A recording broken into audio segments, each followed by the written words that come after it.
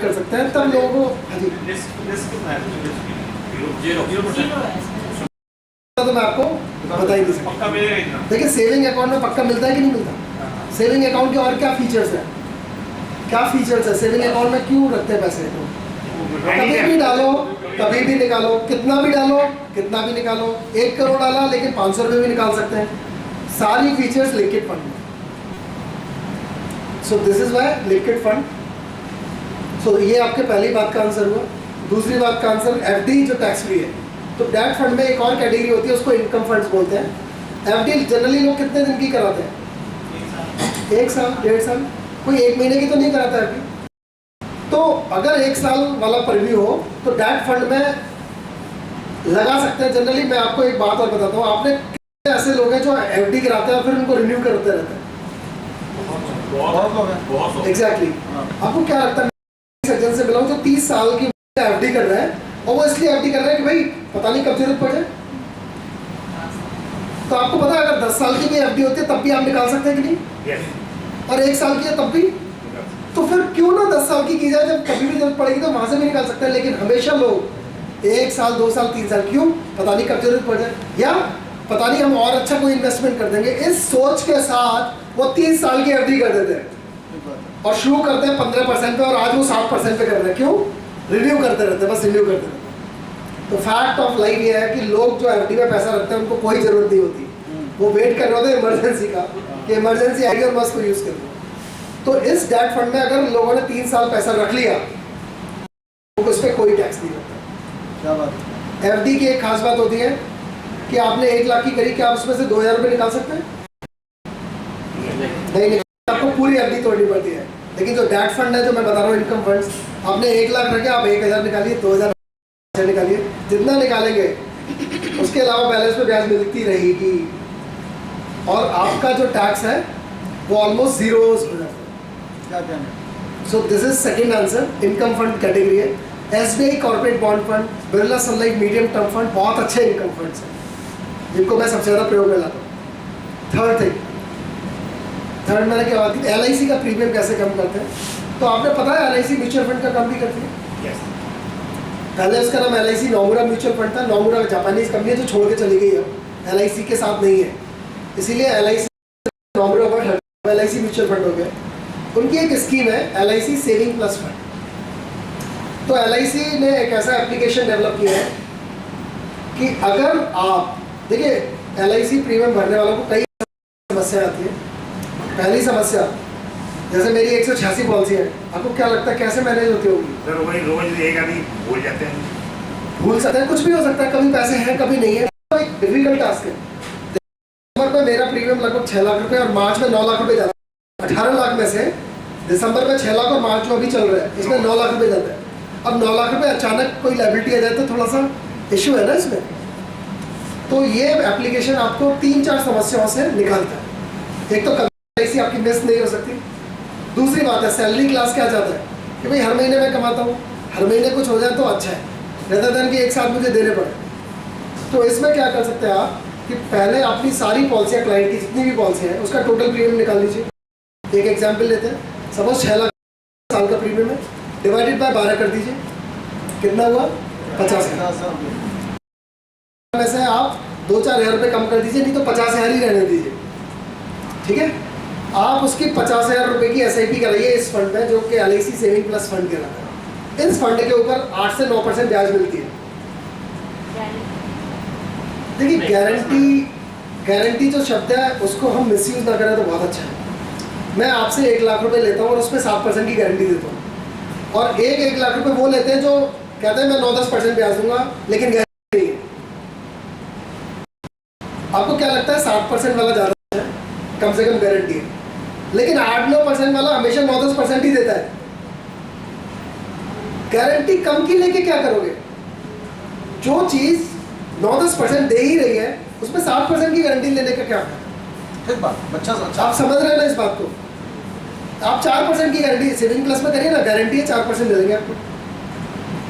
So guarantee does not work. Guarantee होनी चाहिए तो 10%, तब मजा आता है। आप समझ रहे हैं ना? तो इसमें 9 से 10%, 8 से 10% के करीब रिटर्न्स रहते हैं, because it's a mixture of liquid fund and income. लेकिन फ़ायदा क्या है? 50,000 रुपये गए उसकी जेब से, तुरंत उस पर ब्याज मिलनी शुरू हो जाएगी, फिर अगले महीने 50,000 जाएंगे। ऐसे करके एक तालाब में पैसे इकट्ठे हो रहे हैं और उसमें सारी पॉलिसी नंबर एक फॉर्म में लिख दी जाती है। जब भी कोई पॉलिसी ड्यू होती है राजेश भाई, वो वहाँ से अपने आप उस तालाब में से पैसा उठाता है और वो जमा हो जाता है और आपकी रसीद आ जाती है। क्या कहना, यानी कि आपको जमा करने का झंझट जीरो। और लास्ट में क्या होता है साहब, ₹1,00,000 का उसका प्रीमियम 6 लाख निकलने के बावजूद भी उसमें 40-50 हज़ार रुपये बच जाते हैं वाह वाह वाह वाह, ब्याज की वजह से। और आप क्लाइंट की एक नई पॉलिसी शुरू करवाते हो उस 40-50 हज़ार रुपये की प्रीमियम की, क्या के इधर इसका प्रीमियम तो तुझे देना ही नहीं है, तो आप एक नया बिजनेस और जनरेट कर लेते हो उसकी सेविंग करवाते हो। यानी कि आपने 8-9% प्रीमियम कम करवा के एक और नई पॉलिसी उसकी जुड़वा दी, आप ऐसे कर सकते हो। तो ये बहुत अच्छा टूल है। इससे फ़ायदा क्या होता है, आपके क्लाइंट का कभी प्रीमियम मिस नहीं होगा। दूसरी बात है, आपकी जो कॉस्ट ऑफ कलेक्शन है, चेक कलेक्ट करना, ये सब करना, आप उससे बिल्कुल मुक्त हो जाओगे। आपका फोकस क्या होगा, नए बिजनेस के ऊपर। तीसरी बात, जो ये काम करते हैं उसके ऊपर एक छोटा सा कमीशन मिलता है, लेकिन वो depending on volume. For example, मेरा इस प्रोसेस से लगभग 1 से 1.5 करोड़ रुपए लूट, अगर साल का उस पर %0.5 भी कमीशन मिले तो भी वो 50,000 रुपये होते हैं। अगर आपको 50,000 रुपये घर बैठे बैठे बिना कुछ किए उस आदमी की सैलरी बचा के जो प्रीमियम कलेक्शन करने के लिए निकाल तो घूम रहा है, तो आपने डबल फायदा किया। उसकी कॉस्ट बची, देश का पेट्रोल बचा, पॉल्यूशन कम हुआ, टाइम, और कभी भी मिस नहीं हो सकती, वो जमा होगी और क्लाइंट आपका खुश रहे, क्योंकि हर महीने वो दे रहा है। उसको अब याद रखने की जरूरत नहीं है कि पॉलिसी कब मेरी निकल जाएगी कब नहीं। कौन सा फंड है, debt fund? LIC mutual fund saving plus fund इसका नाम। Saving plus fund. आप डेट फंड में एनजे से है जी एनजे फंड प्रोवाइड करता है जी। एनजे देखिए, प्लीज़ ट्राई टू अंडरस्टैंड, कोई भी म्यूचुअल फंड का इस बात से संबंध नहीं है कि अगर आप उससे जुड़े हो तो वो प्रोवाइड करेगा। एनजे तो एक गेटवे है, वो सब कुछ प्रोवाइड करेगा जो आप चाहोगे म्यूचुअल फंड के, और मैं सिर्फ एनजे के साथ काम जी। और मैं आपको बताना चाहूँगा कि इस वक्त मेरी SIP साइज 1,30,00,000 रुपये, नॉर्थ इंडिया में I am number 1 with NJ. क्या बात, उनके किसी भी पार्टनर का 1,30,00,000 रुपये SIP इनपुट नहीं है, सिंगल पर्सन। तो मुझे गर्व है इस बात का, और ये सब संभव हुआ है इसमें LIC mutual fund saving plus का भी बहुत बड़ा कंट्रीब्यूशन। क्योंकि अब आप देखिए कि जो प्रीमियम आप LIC को एक बार दे देते हो, कौन सा प्रीमियम, पिछले साल का, उस पर आपको कमाई होती है क्या भाई? जिस साल जो प्रीमियम जमा हुआ उसका तो आपको रिव्यू मिल जाता है, लेकिन जो जमा हो उसका कुछ नहीं है ना। लेकिन यहाँ पे इस तरह से आप उस पैसे पे भी अर्निंग कर रहे हैं, तो ये बहुत अच्छा तरीका है जिसको आप अडॉप्ट कर सकते हैं। चौथी चीज़ में एक छोटी सी और जो मैंने बताई नहीं, जो मैं वो भी एक क्यूरियोसिटी के लिए देता हूँ। आपको पता है पेंशन टैक्सेबल होती है या फ्री होती है? टैक्सेबल। मैं एक ऐसी पेंशन को जानता हूँ जो टैक्स फ्री है। क्या बात है, वाह वाह वाह, कमाल है, बताइए तो। पहले हम इस कंसेप्ट को जीवन तरंग के साथ भी सेल करते हाँ, हैं, जो मैं लेकिन जीवन तरंग तो बंद हो चुकी है। तो पेंशन में क्या होता है साहब कि ये जो डेट फंड है, सपोज आपने 1 करोड़ रुपए किसी के डेट फंड में लगवाए, तो 3 साल बाद वो लगभग 1,30,00,000 एक बड़े 1,35,00,000 रुपये हो जाएंगे। कितने हो गए? 1,35,00,000 रुपये। अब आप उसमें से उसको 1,00,000 रुपये महीने की पेंशन बांध दीजिए, सिस्टमैटिक विड्रॉल प्लान, उस पर कोई टैक्स जिंदगी भर नहीं लगेगा, और उसके 1,35,00,000 कभी कम नहीं होगा। कैसे कम होगा? उसकी ब्याज जितनी आप पेंशन दे रहे हो ना, मतलब उसके 1 करोड़ रुपए कभी कम नहीं होंगे, वो बल्कि 136 हो जाएगा, वो 1,36 हो जाएगा, एक और बढ़ता रहेगा, और उसको 1,00,000 रुपए पे कभी भी कोई टैक्स नहीं देना पड़ेगा। मैंने ऐसे बहुत सारे लोगों की पेंशन प्लान बनाया है जिनको लमसम पैसा मिला और उनको पेंशन भी चाहिए। मैं क्या करता हूँ कि 1 करोड़ रुपए सपोज मिला उनको, तो 2-3 साल का खर्चा तो लिक्विड फंड या डेट फंड्स में इस तरह से करते हैं कि वो, और उसके ऊपर 3 साल बाद इस तरह से इन्वेस्ट करें कि उसको ज़िंदगी भर पेंशन मिले और उसको कभी टैक्स नहीं देना हो। देखिए, हमें कुछ नई बातें तो सीखनी पड़ेगी ना रिलेशन से बिल्ड करने के लिए। क्लाइंट को लगना चाहिए यार इसके पास कुछ नया है, लेकिन इससे हम समाज की बहुत भलाई कर सकते हैं। Thank you so much. आया कुछ मजा आ रहा है कि नहीं आ रहा है? मैंने टूल आपको पंकज भाई देते जा रहे हैं, आपको क्या लगा रही है? प्लीज बोलिए। इसी की बात को बढ़ा रही हूँ मैं, क्योंकि मैं ये टूल बहुत यूज़ करती हूँ, क्योंकि मैं कुकरी वर्कशॉप लेती हूँ जब तो केवल ये 3 पॉइंट पिंग पोंग कर देती हूँ, उनको दे देती हूँ तो क्यूरियोसिटी होती है, फिर अपॉइंटमेंट्स ले लेते हैं। तो ये काम आपका स्पाउस कर सकता है। आपका स्पाउस अभी कितना इन्वॉल्व है आपके साथ में? बिल्कुल नहीं है। वो इसलिए नहीं है, वो होना तो चाहता है आपका स्पाउस, लेकिन आपने उसको उस योग्य नहीं बनाया है, उसको एजुकेट नहीं किया है। मैं इनसे केवल यही कहती हूँ, मैंने कहा मुझे 2-3 पॉइंट बता दो कि मैं कैसे एक छेड़ के आ जाऊँ बस खाली। मतलब किसी भी लेडी से मिलूँ, जैसे कहते हैं ना कि 5 मिनट भी अगर कोई खड़ा होगा मेरे पास तो वो बिना ये समझे जाएगा नहीं मेरे से, क्योंकि मैं उसको यही मतलब, क्योंकि फाइनेंस और खाना ये दोनों बातें ऐसी हैं कि बंदा जिएगा ही जिएगा इससे, वो अछूता रह ही नहीं सकता। पहनना ओढ़ना वो चीज़ अलग है, उसमें इंटरेस्ट होगा नहीं होगा पता नहीं, लेकिन खाना और पैसे की बात, वो अगर 80 साल का भी बुढ़ा होगा ना उसको भी समझ में आएगा कि क्या चीज़ है। तो आप हर बंदे के सामने बस मुँह ही खोलना है, आपको कुछ बोलना है, और कुछ बोलने के लिए 1-2 पॉइंट ऐसे होने चाहिए जिससे कि उसको एकदम लगे कि हाँ लिसनिंग क्रिएट हो। और लेडीज मैं कहूँ तो बहुत अच्छी मैनेजर हैं अगर थोड़ा सा उनको एजुकेट कर दें। तो आप अपने स्पाउस को जाकर अब यही बात करिएगा, एक बार शेयर किया करो, क्योंकि मैं ऐसे ही एजुकेट हुई हूँ। मैं तो बहुत घरेलू लड़की, बहुत सिंपल, और अगर कहा जाए तो बहुत इंट्रोवर्ट कि मुझे ना अगर 2006 से पहले करा जाए तो मेरे को बात करने में शर्म आता था, या बात करने में हिचक होती थी कि कैसे मैं मेल मेंबर्स करूं, क्योंकि एक बहुत छोटे जगह से मैं पढ़ के आई हूँ। तो वहाँ पर एक नॉर्मल था कि नहीं ऐसे मतलब होता है जो लड़कियों को पालने वाला स्टाइल होता है, उस टाइप का एक मेरा नर्चरिंग हुआ है। लेकिन आज मैं आपके सामने यहाँ बैठकर बहुत कॉन्फिडेंटली बोल पा रही हूँ, और उसमें बहुत सारी प्रैक्टिस है। और जब पहले मैं जाती थी तो हमेशा ये करता था नहीं आप चलो, मुझे डर होता था मीटिंग करने बोलने में कि मैं क्या बोलूँगी क्या नहीं बोलूँगी। जब मैं एक को बोला मैंने हेल्प डेस्क लगा, हेल्प डेस्क आप लोग लगाते हैं कभी? लाइक कैनोपी या कुछ ऐसा, मैं कॉर्पोरेट्स में मैं ही लगाती हूँ, अब तो नहीं लगाती, लेकिन शुरुआत में वहीं से करी थी कॉर्पोरेट्स में। तो कोका-कोला की बात है मेरी, तो कोका-कोला में मैं जब हेल्प डेस्क लगाया हुआ था तो वहाँ पे लोग रिटर्न्स के लिए हमने किया हुआ था। LIC में मैं केवल कंसेप्ट ही, क्योंकि बात करते नहीं है वहाँ पर ज़्यादा लोग, 1-1 मिनट या 30 सेकंड का ही टाइम होता है उनके पास। तो सिंपल मैंने सर्वे फॉर्म बनाया के लिए, तो वो बस फिल करके और इस तरीके से होता था। तो वहाँ पे जब मैं बात कर रही थी, जिन्होंने मुझे इंट्रोड्यूस कराया था वहाँ पर, तो उन्होंने बोला हिचकिचा रही थी, क्योंकि एक कॉर्पोरेट स्टाइल और मेरा फर्स्ट वो था हेल्प डेस्क। वहाँ पर मैंने बताया नहीं हुआ था कि ये मेरे हस्बैंड हैं, एक CA है हमारी कंपनी में, और उनसे मैं आपको मीटिंग कराऊंगी, केवल आप मुझे बता दीजिए क्या रिक्वायरमेंट है आपकी। तब एक वहाँ पर उन्होंने HR हेड है, उन्होंने आके बोला कि भाभी आप जैसे बात करती ना, आप बिंदास जैसे बात करो, आप भूल जाओ कि आप कॉर्पोरेट में आई हो या कहाँ। तो आप जो बोलना चाहते हो, जो पॉइंट 1-2 बोलना चाहते हो, आप बिंदास बोलो। LIC या कुछ ऐसा मत सोचो कि मैं ये बेचूं कुछ भी। तो मतलब एक छोटी ओपनिंग्स होती है, तो आप अपने स्पाउस को बोलोगे ना कि पहले शेयर करो आज का जाकर, और फिर उनसे ये करोगे तो एक बात ये पूछ ले खाली लोगों से, उनकी फ्रेंड्स होंगी, क्योंकि मैंने भी यही किया है। जो 7 इयर्स मैंने सीक्रेट एजेंसी चलाई है, और मेरा केवल पैशन था लोगों से करना, लोगों की प्रॉब्लम सॉल्व करना, एक्टिविटीज में भाग लेना। क्योंकि 2006 तक मैं normal typical housewife, LIC agency थी, लेकिन हमें समझ नहीं आ रहा था कि हम कैसे करें, लेकिन वो रिलेशंस काम आए थे। तो उसमें जब हमें टूल मालूम पड़ा ना, जब जैसे ही मैंने पूछा लेडीज को, रियली लेडीज को वो जरूरत है, और जब लेडीज एजुकेट हो जाती है तो पूरा घर एजुकेट हो जाता है।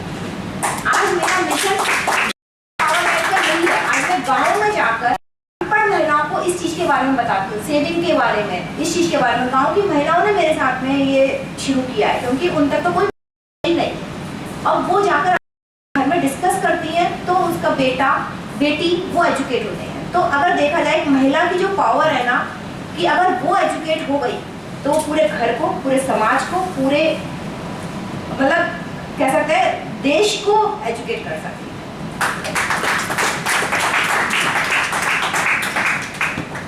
पंकज जी, हमारे इस LIC स्टडी सर्किल में एक TOT एजेंट हैं, एक COT एजेंट हैं, कॉर्पोरेट क्लब मेंबर बैठे हैं, 6-7 MDRT हैं, कुछ COT और भी इसमें आना चाहते हैं स्टडी सर्किल में। क्या बात थक गए क्या वेंटिलेटर पे?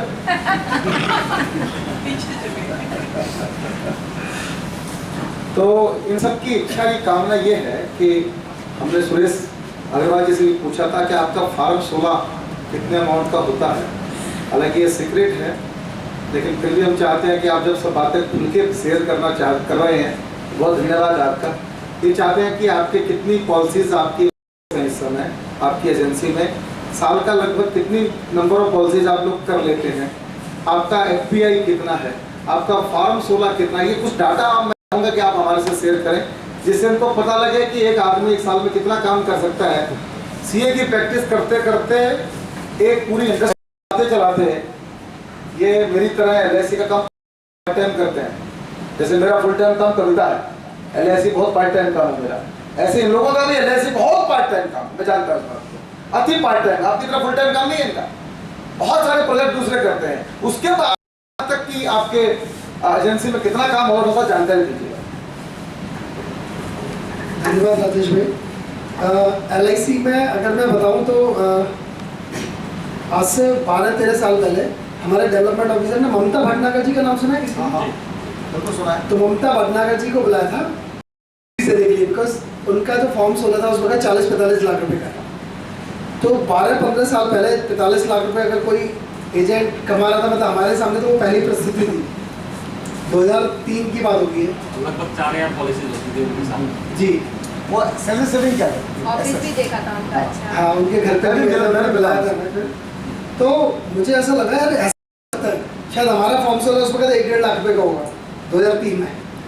तो that was a huge gap. 40 गुना ज़्यादा कोई कमाने वाला व्यक्ति आपके सामने खड़ा है तो आपको विश्वास नहीं होता कि ऐसा भी हो सकता है। तो उस दिन से मेरी एक कामना, मतलब मुझे लगा कि यार कम से कम ममता भटनागर जी तक तो मुझे पहुँचनी है। तो 2012 में जो हमारा फॉर्म 16 था वो 55 लाख रुपए का। क्या ये वो पहला साल है जब हमने कॉर्पोरेट क्लब में एंट्री कर ली थी। हमारी पहली ट्रिप 2012 में हुई थी, हम टर्की गए थे। फिर तो हमने कॉर्पोरेट क्लब को कंटिन्यू किया। तो क्या हम जितने भी लोगों को देखते हैं उनमें से किसी के लिए हम लक्ष्य बनाते हैं क्या? ये बहुत इंपॉर्टेंट है। आपने क्या चुना है? क्योंकि बड़े बड़े, जब मैं भरत पारिक से भी मिला तो भरत पारिक की शायद इनकम 6-7 करोड़ रुपए है LIC agency, which is very good amount. इनमें से शायद मैंने सुना है कि वो 2-2.5 करोड़ रुपए तो अपनी टीम और अपने बिजनेस में एक्सपेंस कर देते हैं। मुझे ऐसा लगता है कि उन्होंने शायद पहले एक्सपेंस किया फिर अर्निंग की, पहले एक्सपेंसिव, ना कि पहले 6 करोड़ कमाया और फिर वो 2.5 करोड़ खर्च कर। जिस आदमी को स्टाफ रखने की, अच्छा ऑफिस मेंटेन करने की, अच्छी गाड़ी मेंटेन की आदत पड़ जाती है ना, वो उसके लिए व्यवस्था करे, और आप नहीं कर पाओगे तो ऊपर वाला करेगा। व्यवस्था तो होगी। तो ये आज की डेट में we are maintaining that form. लेकिन वो इनकम्स मेरी टोटल इनकम्स की 20% भी शायद नहीं है जो मैं एलआईसी से कमाता हूँ। I think less than 20% incomes जो मेरी टोटल इनकम्स हैं मेरे सारे प्रोफेशन से। So this is how we. बहुत अच्छे।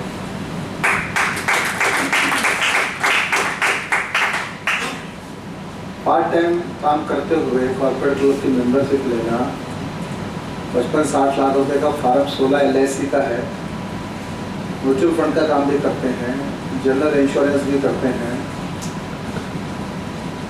ऑडिट भी करते हैं। सोचिए कितने प्रोजेक्ट पे काम कर रहे हैं।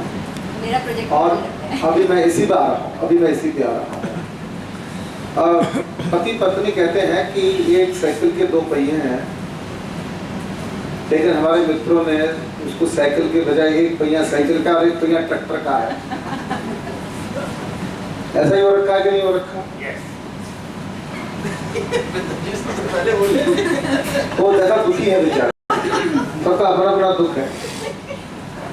हम ये जानना चाहते हैं आप दोनों से, सब पति पत्नी मिलकर इंश्योरेंस का काम अगर करें, करना ही चाहिए। सबकी अपनी अपनी परिस्थिति अलग अलग है। पर आपने कहा कि तुरंत 2 घंटे हम पति पत्नी पूरा परिवार बैठ के चर्चा करता है, फिर हम आगे फील्ड में निकलते हैं। क्या यहाँ कितने लोग ऐसे बैठे हैं जिनकी पत्नी कुछ न कुछ सहयोग एजेंसी में करती है? अगर हाथ उठाना, मैं देखना चाहता हूँ। सिर्फ 2 लोग हैं।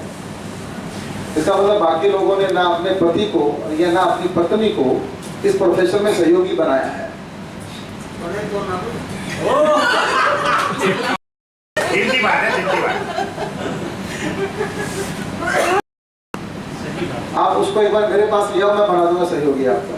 आप आ जाओ ना। ये एक बार लेडीज को बुला दो, मैं और अब ये भी अच्छा है, पूजा कह रही है कि लेडीज को बुलाओ, मैं आऊंगी। वेरी गुड, तालियां, ये अच्छी बात। पूजा दूसरे से बुला लेते हैं, पहले का बता देंगे। बिल्कुल ठीक है, बिल्कुल ठीक है। तो मैं ये जानना चाहता हूँ पूजा जी, मथुरा से यात्रा शुरू करके आपने दिल्ली में पूरा एस्टेब्लिशमेंट खड़ा कर लिया है।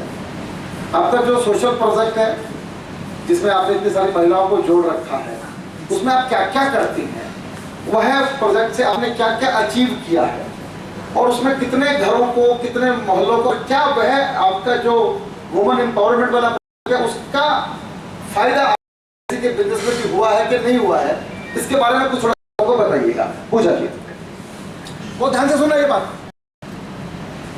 जैसे मैंने कहा कि मुझे शुरू से ही लाइफ में कंट्रीब्यूट करने का शौक है और उसको मैं बरकरार कर रही हूँ। पहले LIC के थ्रू कर रही थी, अभी जो वुमेन एम्पावरमेंट का प्रोजेक्ट लिया है थ्रू स्पाइसेस, क्योंकि मुझे एक चीज़ लगा कि हम महिलाएं बहुत टैलेंटेड हैं, बहुत टैलेंटेड हैं। और आज मैं आप लोगों को बता दूँ, घर जाकर आप उससे एक बार बात करना, अगर वो आज काम नहीं कर रही हैं या आप कहते हो कि वो नहीं कर पा रही हैं, इसका क्रेडिट आपको ही है। क्योंकि आज मैं बहुत घरेलू लड़की, मैं आप बता सकती हूँ या मेरे को देख, मतलब आप मेरे परिवार वालों से मिलके देख सकते हो कि मैं बहुत ही जैसे कहते हैं बिंदास की, क्योंकि सिंपल शुरू से नर्चरिंग क्या हुई कि खाली आपको शादी करनी है, बच्चे पालने हैं और मस्ती मारनी है, काइंड ऑफ थिंग। लेकिन एक जज्बा अपने अंदर था कि कुछ करना भी, सोसाइटी में कुछ कंट्रीब्यूट करना है। फिर क्योंकि हम फाइनेंशियली बहुत स्ट्रांग नहीं थे स्टार्टिंग में, तो और पंकज की जो पढ़कर समझ लो कि मेरे को पंकज ने बहुत नर्चर किया है। शादी के बाद मैं इस चीज लगी रही हूँ, ऐसा पति मिला जिसने मेरे टैलेंट को जाना और उसको नर्चर किया कि तू ये कर सकती है। तो क्या आपने अपनी वाइफ के साथ में वक्त या ये जजमेंट या ये फील किया है कि उनके अंदर क्या टैलेंट है? एक तो हो गया कि आप अपने स्पाउस को ये जज जरूर करना, एक बार जज करो कि वो क्या चाह रही है और कैसे वो आपके उसमें इन्वॉल्व हो सकती है। क्योंकि पंकज ने मुझे उस चीज को, मतलब मेरे अंदर से निकाला वो चीज कि तू जो चाह रही हो कैसे कर सकते हैं। पहले उन्होंने मुझे नर्चर किया, फिर इस चीज में लाया। LIC एजेंसी जब ली थी, मैंने जिद करके ली थी कि मुझे भी कुछ करना, क्योंकि इन्होंने जब मेरे देवर को दिलाई तो मैंने कहा आप मेरे पे काउंट नहीं करते, मैं भी तो कुछ कर सकती हूँ। तो बोले नहीं, तू देख बच्ची छोटी है और तू नहीं कर पाई। मैंने कहा मैं कर सकती हूँ, आपने सपोर्ट करोगे तो। ये चीज़ हुआ।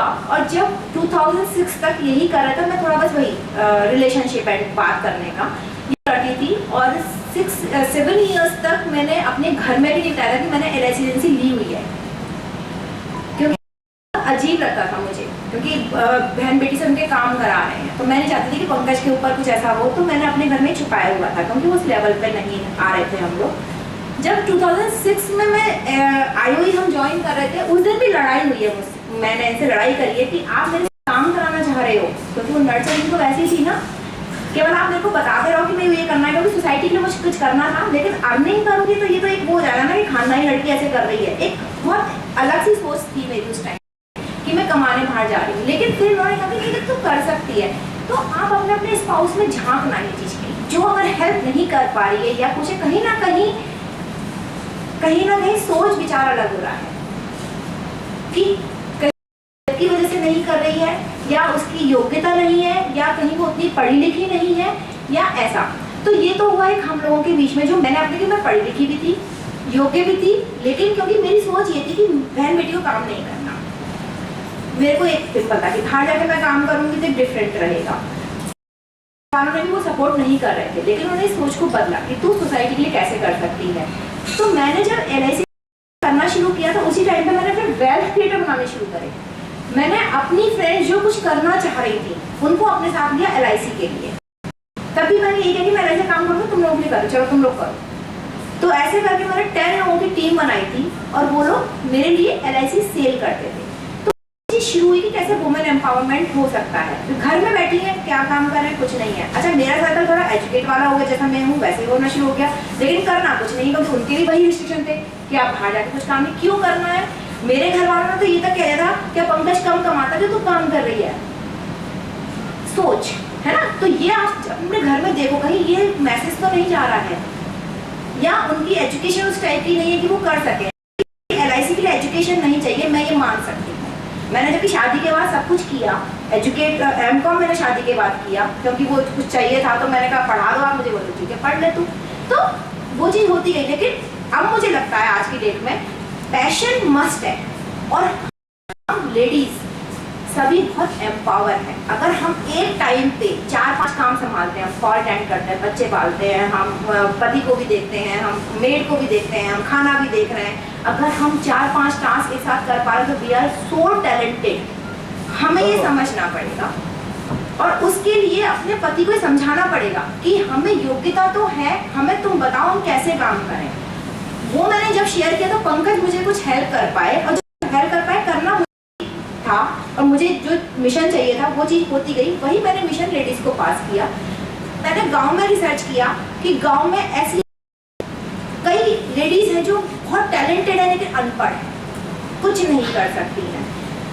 कुछ लेडीज एजुकेटेड है लेकिन वो बाहर नहीं जा रही है, कुछ पता नहीं है उन्हें काम करना, क्योंकि LIC की एक इमेज ना बहुत डिफरेंट है मार्केट में। तो उस सोच को हमने काफी चेंज किया। तो जो एजुकेटेड लेडीज थी उनको मैंने LIC की तरफ मोड़ा। कुछ एजेंसी भी ले ली उसमें लेडीज ने सीख के एजेंसी भी लिया, लेकिन उन्होंने फिर मुझे कहा कि अच्छा ना कुछ रोजगार तो मिला ना उसको, उसकी सोच तो बदली ना, कोई दिक्कत नहीं। कई बार हमें लगता है ना कि हमारे संग काम करते करते बदली हो तो लेकिन उसमें फिर यही आया कि ठीक है ना, कुछ तुझे कंट्रीब्यूट करना है, क्योंकि जो कि सोसाइटी में, मेरी सोसाइटी में ही मेरी लेडीज, मेरी फ्रेंड, उन्होंने एजेंसी ले ली,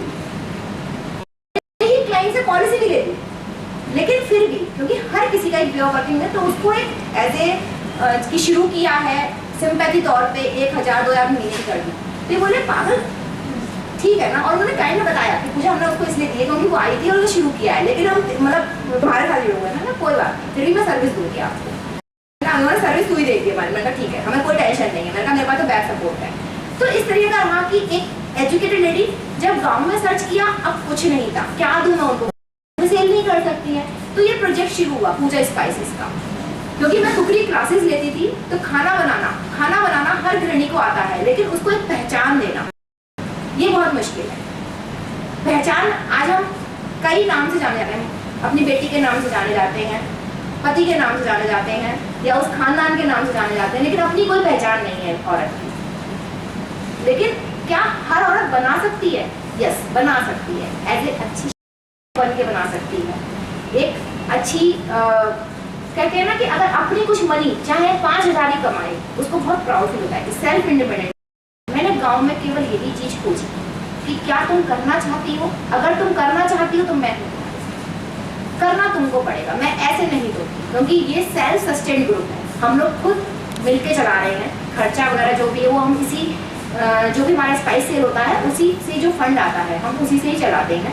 तो उनको एक चीज डाली कि यस तुम कर सकती हो, और वो घर का काम बहुत अच्छे से कर सकती हो।